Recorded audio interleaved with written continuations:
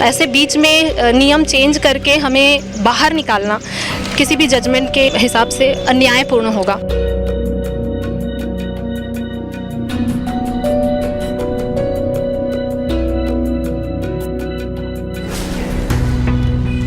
ST SC OBC आयोग के अध्यक्षों से किसी भी अपनी असीमित शक्तियों का प्रयोग करके हमारी सेवा को सुरक्षा प्रदान की जाए।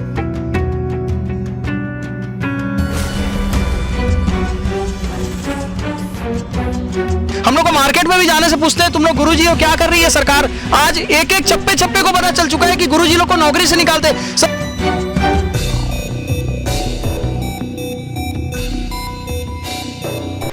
नमस्कार, स्वागत है आपका न्यूज प्लस 21 में। बीएड शिक्षक जो शिक्षक हैं वो लगातार एक साल से सरकारों के पास, मंत्रियों के पास जा रहे हैं, ज्ञापन सौंप रहे हैं और मांग कर रहे हैं उनकी नौकरी बचाई जाए। और दूसरी तरफ बीएड धारी जो शिक्षक के लिए चुने जाने वाले थे वो लगातार मांग कर रहे हैं कि उन्हें नौकरी दी जाए। बीएड और डीएड की जो लड़ाई है वो लगातार जारी है। अभी 8 नवंबर को सुप्रीम कोर्ट का फैसला आया था जिसमें कहा गया था कि विज्ञापन में कोई भी चेंजेस नहीं होंगे, जैसा विज्ञापन जारी हुआ था उस हिसाब से ही नौकरी दी जानी थी। और लगातार ये भी बात उठ रही है कि डीएड वालों को नौकरी दी जाए लेकिन बीएड वालों को भी नौकरी से बर्खास्त ना किया जाए, उनके लिए भी कोई व्यवस्था की जाए। और लगातार ये ज्ञापन देने के लिए पहुंच रहे हैं। आज मुख्यमंत्री के नाम एक बार पुनः ज्ञापन दिया जा रहा है। अलग अलग कैटेगरी के जो ऑफिस है, जनजाति ओबीसी वर्ग के जो ऑफिस है, ST SC ऑफिस है राज्य के, वहां पास पहुंच रहे हैं, ज्ञापन दे रहे हैं। यहाँ पास बीएड के लोग हैं, आइए बात करते हैं उनसे। मैम, सबसे पहले तो आप बताइए कि आज आप लोग जनजातीय आयोग में आए हुए हैं, क्या है पूरा मामला, क्या करने आए हुए हैं? मैं एक बीएड असिस्टेंट टीचर हूँ और हमारा मामला यही है कि सुप्रीम कोर्ट का जो डिसीजन आया है हमारे खिलाफ कि बीएड वाले प्राइमरी टीचिंग में एलिजिबल नहीं हैं, तो उसी क्योंकि हम सभी 3000 लगभग 3000 असिस्टेंट टीचर्स बीएड के हैं छत्तीसगढ़ में जिनकी नौकरी अधर पे लटकी हुई है। तो हमारा तो यही मांग है कि क्योंकि नोटिफिकेशन में हम एलिजिबल थे, ऐसे बीच में नियम चेंज करके हमें बाहर निकालना किसी भी जजमेंट के हिसाब से हमारे लिए अन्यायपूर्ण होगा। 8 नवंबर को एक नोटिस आया था मैडम जिसमें मतलब ऑर्डर कुछ ऐसा आया था जिसमें ये कहा जा रहा था कि विज्ञापन में जो चीजें हैं वो चेंजेस नहीं हो सकती, ये क्या है? जी सर, हाँ, इसके बारे में बताइए। हाँ, तो 5 जजेस का संवैधानिक बेंच का एक फैसला भी आया है कि बीच में ऐसे है ना नोटिफिकेशन या नौकरी के प्रक्रियाधीन होने के बाद ऐसे नियम, हाँ, विज्ञापन जारी होने के बाद ऐसे बीच में रूल चेंज नहीं किया जा सकता। ऐसा भी निर्णय आ चुका है सुप्रीम कोर्ट का, संवैधानिक बेंच ने दिया है।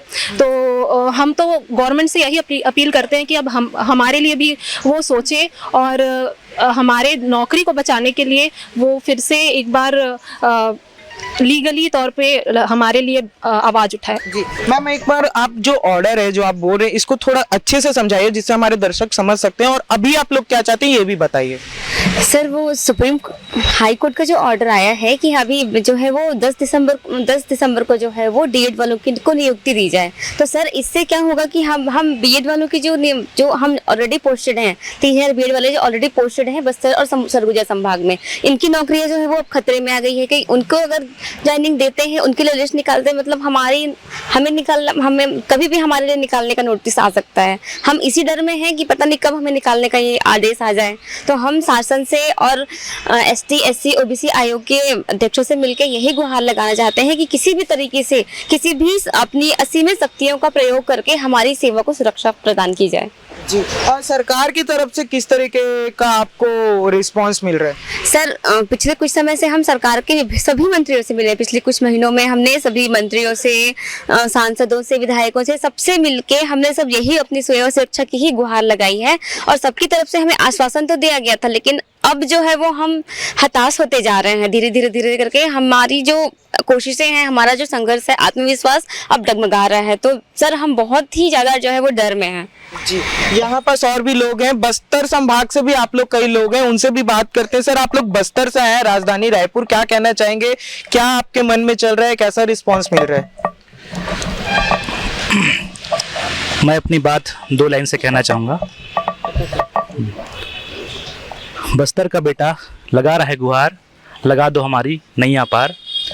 मैं बस्तर जिला से आता हूँ, जगदलपुर में निवासरत हूँ मैं। जन्म मेरा बस्तर ब्लॉक में था, लेकिन पढ़ाई को लेकर मैं जगदलपुर में गया, क्योंकि बस्तर जैसे क्षेत्रों में पढ़ाई की जो एजुकेशन और मतलब कॉलेज हो या स्कूल भी हो उतना अच्छा नहीं रहता, जिसके कारण कंपटीशन में भी उतना अच्छा प्रदर्शन बाकी मैदानी भागों की अपेक्षा कम रहता है। तो मैं जैसे तैसे करके अपन बीएड तो कर लिए, करने के बाद और तीसरी चौथी काउंसलिंग लेकर जैसे तैसे भी करके बस्तर जैसे क्षेत्रों में मैं एक सहायक शिक्षक के रूप में लगा। बहुत खुशी हुई, बहुत अपने आप को गौरवान्वित महसूस भी किया कि मैं अपने ही क्षेत्र में, अपने ही क्षेत्र के लोगों को, मैं बच्चों को मैं पढ़ा रहा हूँ। बहुत अच्छा लग रहा था। लेकिन जैसे ही सुप्रीम कोर्ट का माननीय सुप्रीम कोर्ट का जो फैसला आया, उस फैसले से पूरे जो मेरे जो महसूस जो कर रहा था मैं, उसको तो पूरा धराशायी कर दिया। तो मैं ज़्यादा तो कुछ नहीं कहूँगा, लेकिन इतना भरोसा है अपने माननीय विष्णुदेव साय जी मुख्यमंत्री महोदय जी से, इतना विश्वास है कि वो बस्तर के विकास की बात करते हैं, आदिवासियों के विकास की बात करते हैं, तो ज़रूर इस बात को वो गौर करेंगे और निश्चय ही हमारे बस्तर इस क्षेत्र में जो आदिवासी भाई बहन हैं, तो इसके लिए वो ज़रूर प्रयास करेंगे। और मैं चाहता भी हूँ और बाकी जो साथी जितने भी लगे हुए हैं, इन सबकी जो सेवा है सुरक्षित हो, कोई ना कोई रास्ता हमारे जरूर निकलेंगे, मेरा पूरा विश्वास है। धन्यवाद। आप बस्तर की बात करें, बस्तर से डीएड धारी जो लोग हैं, जो शिक्षा कर्मी जो बनना चाहते हैं, वो भी आ रहे हैं। सर, डीएड वालों की लड़ाई भी जारी है, आप लोगों की भी लड़ाई जारी। गलती कहाँ हो गई है सर? जो मतलब ये क्या लग रहा है, फॉल्ट कहाँ हुआ है जो ये बीच मझधार में दोनों के दोनों पड़े हुए हैं? अच्छा, वैसे तो गलती ना डीएड वाले की ना बीएड वाले की है। एक आपको मालूम होगा कि एक जो फैसला आया था माननीय हाई कोर्ट में, जो राजस्थान के मामले के ऊपर सुनवाई हुआ था, तो वो 11 अगस्त ऐसा एक डेडलाइन खींच दिया गया। ना मैं ना बीएड डिग्री को बोलना चाहूँगा ना डीएड डिग्री को, मैं बोलना चाहूँगा जो एलिजिबल बोला गया ना, डिग्री को एलिजिबल नहीं बोला गया मेरे ख्याल से, वो बोला गया है वो एक डेडलाइन को, वो डेडलाइन ही डिसाइड किया है कि कौन एलिजिबल है कौन एलिजिबल नहीं है।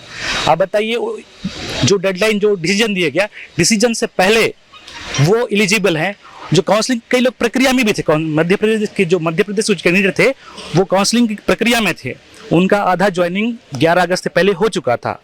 और गलती से मान लो कोई डॉक्यूमेंट कमी रहा होगा, वो 11 अगस्त के जस्ट 12 तारीख को अगर किया होगा ज्वाइनिंग, तो वो एलिजिबल नहीं माना जाएगा। कारण वो गवर्नमेंट जो माननीय सुप्रीम कोर्ट का डिसीजन था, वो जो है एलिजिबल नहीं कर रहा है। वो डिग्री तो एलिजिबल था, पहले भी था, अभी भी कोर्ट के बाद वो बदल गया है ना, दोनों ही एलिजिबल था।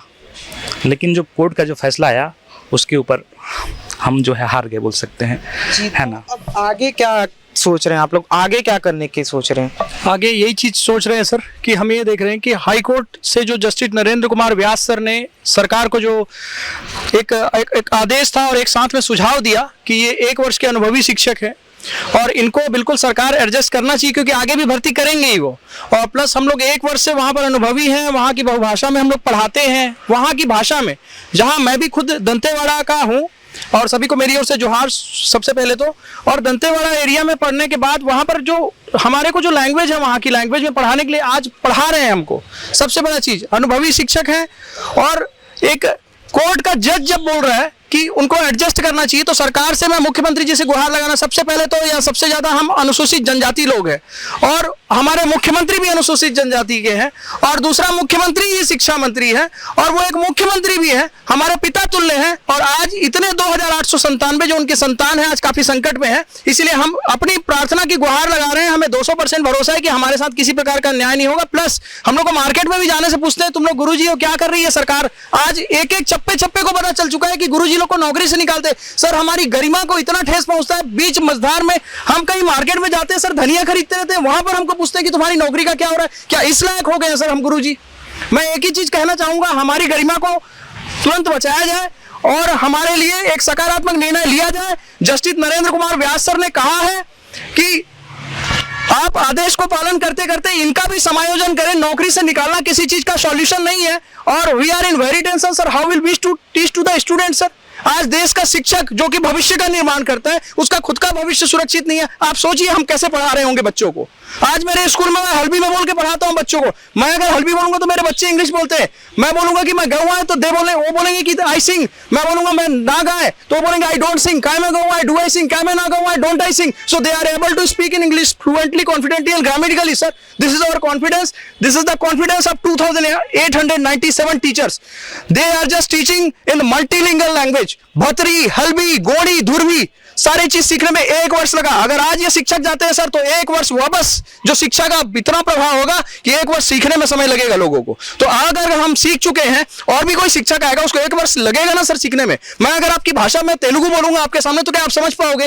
नहीं समझ पाओगे। हम वो चीज को 6-7 महीने में पहले वो लैंग्वेज सीखे, आज उस लैंग्वेज में बच्चों को पढ़ा रहे हैं और बच्चे भी they are able to understand that what we are just going to teach them sir. And it was totally mentioned in this gazette sir. We know this gazette और हम निर्दोष है सर। गजेट में टोटली मेंशन है कि B.Ed, D.Ed and D.El.Ed is eligible for becoming a teacher in primary school sir. हम जानते हैं और बिल्कुल 200% भरोसा है, हम शिक्षक हैं, आगे भी शिक्षक रहेंगे चाहे जो भी हो जाए सर। हम सोते समय भी यही सोचते हैं शिक्षक हैं और शिक्षक रहेंगे। हमारे पास ये तेवर है, हम आज भी शिक्षक हैं और कल भी शिक्षक रहेंगे। हम ये पद को नहीं छोड़ेंगे सर, क्योंकि ये हमारी इज्जत है और इज्जत से बड़ी कोई चीज नहीं होती है सर। धन्यवाद। मैं मुख्यमंत्री जी से यही गुहार लगाना चाहूंगा। आपको मेरी आवाज सुनाई दे रही होगी, शायद नजर से नजर मिल रहा होगा। आप सोचिए, आप देखिए इनके कितना टेंशन भरा इनका फेस है। ये क्या सोचते होंगे? ये सो पाते ना जी पाते। बच्चे बोलते हैं पापा आपकी नौकरी का क्या हुआ? माता पिता बोलते हैं क्या हुआ आपकी नौकरी का? हम बहुत परेशान हो गए हैं सर। सर बता रहा हूं कि मैं बोलना नहीं चाहता असंवैधानिक रूप से कुछ भी, लेकिन दिमागी संतुलन बिल्कुल खो चुका है सर। हर समय एक ही चीज पूछा जाता है, मार्केट में पूछते हैं तुम्हारी नौकरी का क्या हो रहा है। और ऐसी कंडीशन में एक चीज और उठता है, अपने धैर्य को बना के रखना और इस पे आप कैसे काम करें, क्योंकि ऐसे में कोई भी इंसान उसका धैर्य टूटता है। आप अपने धैर्य को कैसे बरकरार कर रहे हैं? सर अब आई एम वेरी पॉजिटिव। मैं जो भी अपना धैर्य जो है ना सर, अगर मैं रिलीजियस में हूं ना, बोल के मेरा धैर्य है कि मैं आपके सामने बोल भी पा रहा हूं। कुछ के पास जाओगे ना सर, बड़े सहमे से हो जाते हैं, लेकिन फिर भी बच्चों को पढ़ा रहे हैं सर। आज भी मैं जाता हूं, मैं सुबह जाता हूं, सबसे पहले बच्चों के साथ तुरंत उनका रिफ्रेश करता हूं सर। बच्चों के साथ उनका लैंग्वेज बोलता हूं सर, उनके लैंग्वेज में बात करता हूं सर। और बच्चों को आज भी हम उसी मुकाम के साथ पढ़ा रहे हैं कि इन्होंने क्या जुर्म किया, इन बच्चों ने क्या जुर्म किया। कर तो हमारे साथ हो रहा है, इन बच्चों ने क्या जुर्म किया, इनका क्यों समय बर्बाद करें। हम सर लास्ट समय तक वही जोश के साथ पढ़ाएंगे सर। मैं ये चीज कहना चाहता हूं। और जय जोहार, जय छत्तीसगढ़। और आज भी बस्तरिया में पढ़ा रहे हैं और वहां से बच्चों का विकास कर रहे हैं, यहां से सरगुजा तक। सरगुजा के मेरे जो दोस्त हैं वो लोग सारे लोग बोलते हैं कि वहां का लैंग्वेज में पढ़ाना पड़ता है बोलते हैं। अपने आप को प्रेशर बना के उन्होंने सीखा वो लैंग्वेज। सर शिक्षा व्यवस्था आज अपग्रेड हुई है केवल इन शिक्षकों के कारण सर। ये शिक्षक सारे मेरिटोरियस टीचर है सर। जो 150 में सोच लो कि जो 150 में 80-90 ला रहा है वो अच्छे से पढ़ाएगा, या जो 150 में 20 ला रहा है वो अच्छे से पढ़ाएगा। आप खुद सोचिए। चलो ठीक है, जो भी आदेश है, लेकिन आज ये टीचरों का यूटिलाइज होना चाहिए कि नहीं। सबसे पहली चीज तो ये काबिल टीचर है, मेरिट के टीचर है, इनको वहां का लैंग्वेज आता है, उस लैंग्वेज में बता सकते हैं। जब तक बच्चों की मातृभाषा शिक्षण, जो नई शिक्षा नीति है बोला गया उसमें कि घर की जो भाषा है मातृभाषा से शिक्षण देना है, वो ये सारे टीचर कर रहे हैं सर। और ये हमारे साथ B.Ed के लोग हैं जो पॉजिटिविटी बना के रखे हुए हैं, धैर्य बना के रखे हुए हैं। इनकी नौकरी खतरे में है, इनकी नौकरी खतरे में है और लगातार गुहार कर रहे हैं। और जस्टिस नरेंद्र का भी यही कहना है कि भैया ये लोग 1 साल से पढ़ा रहे हैं, इनका अनुभव है, भाषाएं सीख के रखे हुए हैं, तो इनका यूटिलाइज होना चाहिए। क्योंकि ना केवल इन्हें नुकसान होगा, पूरी शिक्षा प्रणाली को भी नुकसान होगा। 1 साल पीछे चले जाएगी पूरी शिक्षा प्रणाली। अब देखना ये होता है कि आगे सरकार क्या करती है, किस तरीके से फैसले लेती है, क्योंकि मझधार में D.Ed वाले भी फंसे हुए हैं और B.Ed वाले भी फंसे हुए हैं। क्या इनका यूटिलाइजेशन हो पाता है? क्या जो वहां पास लड़ाई लड़ रहे हैं D.Ed वाले, उनको नौकरी मिल पाती है? आगे क्या होता है ये देखने की बात है। ऐसी खबरों के लिए बने रहिए हमारे साथ। कैमरामैन नवेज अहमद के साथ मैं राघवेंद्र पांडे, News Plus 21।